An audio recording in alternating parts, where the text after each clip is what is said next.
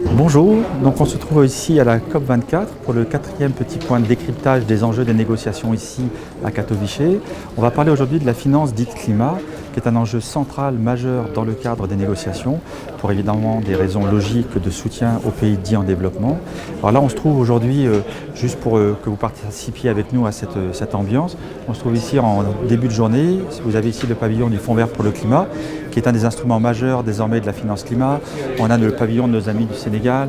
Et donc voilà. Alors, pour revenir un peu à la question de la finance climat, c'est un sujet qui n'est pas nouveau, c'est un sujet qui est au cœur des négociations. Vous vous souvenez tous que depuis quelques années, il est prévu que l'ensemble des pays dits industrialisés apportent un soutien financier à minima de 100 milliards de dollars par an à partir de 2020 et ensuite annuellement.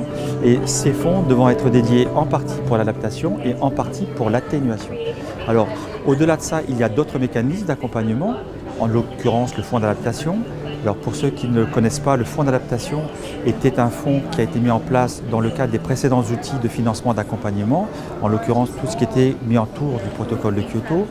Et ce fonds-là aujourd'hui est relativement fragile, même s'il vient d'être réabondé, parce qu'il était essentiellement doté par un pourcentage pris sur les différents mécanismes carbone qui faisaient partie du protocole de Kyoto, en l'occurrence le mécanisme de développement propre. Alors aujourd'hui, ici, dans les négociations, il y a plusieurs objectifs sur la question du financement. La première est, de manière assez simple, est-ce que le Fonds vert va pouvoir tenir ses engagements, qui lui-même a vocation à intégrer de plus en plus l'ensemble des financements climat, mais bien sûr, il restera les financements bilatéraux, des banques régionales, il restera les financements du Fonds mondial pour l'environnement, les financements de la coopération, les financements de tout type. Alors on va se diriger vers d'autres pavillons. Là on est sur le pavillon fidjien derrière, qui était l'ancienne présidence de la précédente COP qui s'est déroulée à Bonn. Mais néanmoins, alors pavillon toujours très intéressant parce qui nous rappelle un peu la logique des populations ancestrales et des peuples dits traditionnels, autochtones, c'est le terme. Et bon, bien évidemment, ils sont aussi touchés bien sûr par ces questions de vulnérabilité climatique et les questions du financement sont là aussi au creux, au cœur de leurs enjeux et de leurs objectifs.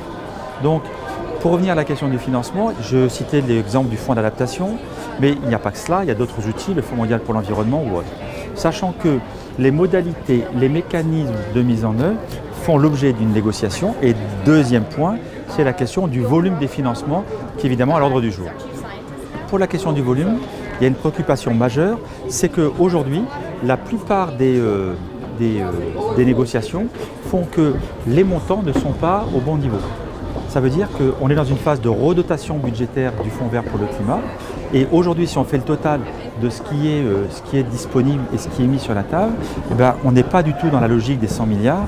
Sachant, je fais une petite parenthèse, les 100 milliards ne sont pas à la hauteur des enjeux et des défis, puisqu'on évalue à plusieurs milliers de milliards les besoins en adaptation des pays dits en développement. Donc il y a la problématique du réabondement, il y a la problématique de la transparence des fonds. Dit autrement, ça veut dire que les États se sont engagés à apporter du financement additionnel qui ne devait pas et qui ne devrait pas être comptabilisé dans le cadre d'une finance existante associée au développement ou autre, voire même d'une finance bilatérale.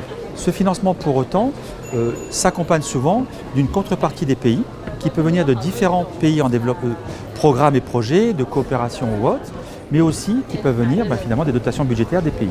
Alors juste un petit clin d'œil, là on est sur le pavillon de l'Inde, qui est un pavillon assez remarquable en termes d'ingénierie et d'architecture, et qui met en avant toute l'innovation technologique et justement toute la logique un peu de développement des énergies renouvelables ou autres, bien que ce soit un pays particulièrement complexe en termes d'application, de la mise en œuvre des objectifs au regard du développement urbain et du développement de la population. Pour revenir au financement de manière très rapide, donc il y a la question de l'additionnalité, de la transparence, il y a la question aussi des mécanismes associés.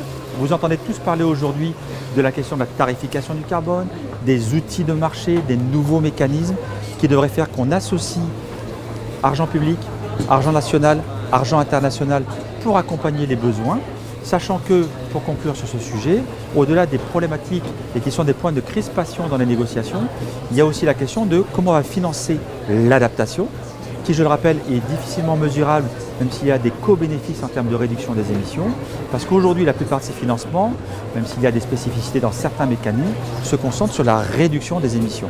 Voilà, c'est un point très rapide, vous l'avez compris, assez complexe, qui retouche dans quasiment tous les articles de la mise en œuvre de l'accord de Paris, parce que finalement, c'est un objectif pas simplement technique et financier, c'est un objectif éminemment politique, parce que dès lors qu'il y a la traduction en mise en œuvre de l'accord de Paris, la question des moyens et des financements redevient centrale et crispe la plupart des points qui n'ont pas été négociés ou tout du moins acceptés consensuellement dans le reste de l'agenda climat. Je vous remercie et on se retrouve très vite pour le prochain point sur l'actualité des négociations en direct de la COP24. Merci.